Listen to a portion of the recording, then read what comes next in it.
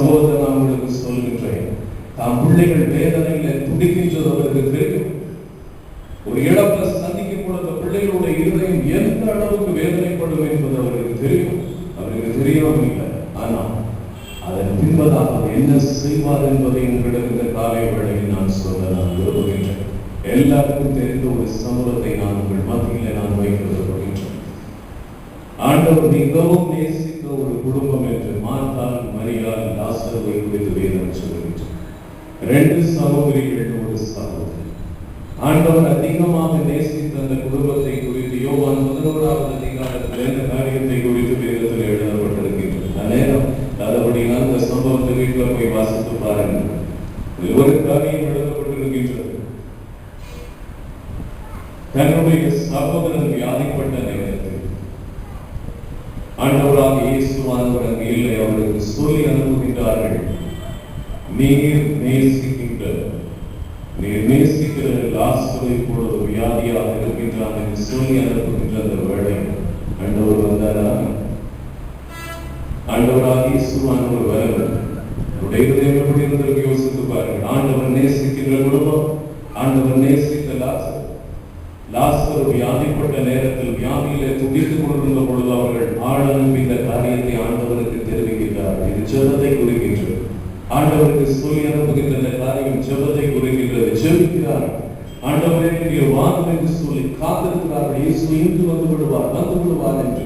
அதற்குள்ளதாக என்னுடைய நிலைமை மிகவும் மோசமாக தொடங்கியது. மறித்து போய்விடுகின்றது. மறித்து 4 நாட்கள், அடக்கப்படி 4 நாட்கள் கழித்து இயேசு வருகின்றார். கொஞ்சம் கவனித்து பாருங்கள். ஆண்டவராகிய கர்த்தரை மிகவும் நேசித்த அந்த குடும்பம் இப்பொழுது ஆண்டவரிடத்தில் ஒரு விண்ணப்பம் பண்ணுனாங்க. ஆண்டவரிடத்திலிருந்து பதில் வரும். ஒரு பெரிய இழப்பை சந்தித்திருக்கிற அந்த குடும்பம் இப்பொழுது இயேசு வருகிறார் என்று கேள்விப்பட்ட உடனே மார்த்தாள் ஓடி வருகின்றார். அதுதான் இயேசு பார்க்கிறார். அவருடைய கண்கள் அந்த ஊருக்குள்ளாக நுழைந்தவுடன் அவருடைய கண்கள் எங்கு நான் நேசித்த மார்த்தாள் அவருடைய கண்கள் தெரியும். என் பிள்ளைகளுடைய இருதயம் உடைந்து போயிருக்குமே. எங்க எத்தனையோ பேர் வந்திருந்தார்.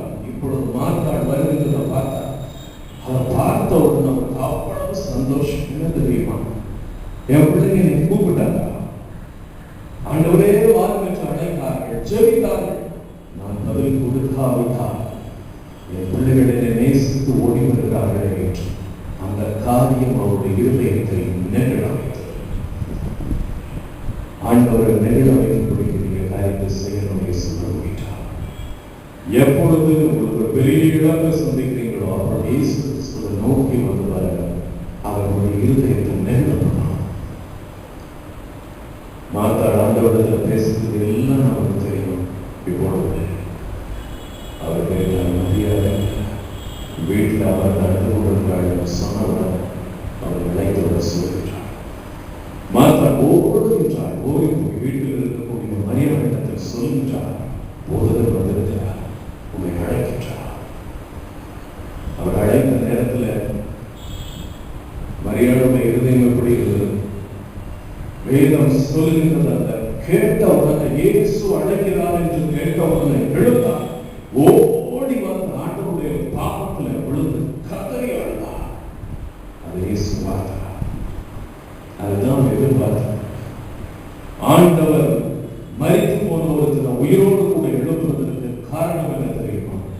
ஆண்டவர் ஒரு அதிசயமான காரியத்தை, அற்புதத்தை ஆண்டவராகிய கர்த்தர் செய்யும் என்பதாக அவர் எதிர்பார்க்கக்கூடிய பிள்ளைகள் இடத்துல ஆண்டவரே நீங்க எப்பெல்லாம் வருவீங்களோ நம்ம 3 பேரா இருக்கோம், 2 பேர் இருக்கோம்,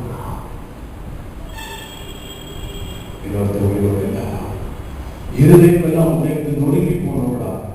யோசித்து பாருங்க. ஆண்டவரிடத்துல முன்பு எப்படி அன்பு செலுத்தினார்களோ அதே போல அன்பை தேவனாகிய கர்த்தர் கண்டார். நேற்றைக்கு அன்பு செலுத்தினது போல 4 நாட்களுக்கு முன்பதாக அன்பு செலுத்தின அதே பிள்ளைகள் இன்றைக்கு ஒரு பெரிய இழப்பை சந்தித்திருக்கும் பொழுது அதே அன்பு என்னிடத்தில் அதே அன்பு செலுத்துகிறார்கள். ஓடி வந்து பாதத்துல விழுந்து அழுத நேரத்தில் இயேசுவினுடைய இருதயத்தை அது நேரப்படுகிறது. அதனாலதான் ஆண்டவராகிய கர்த்தர் எப்ப வச்சுக்கிறது ஒரு உயிரோடு எழுத தேவனாகிய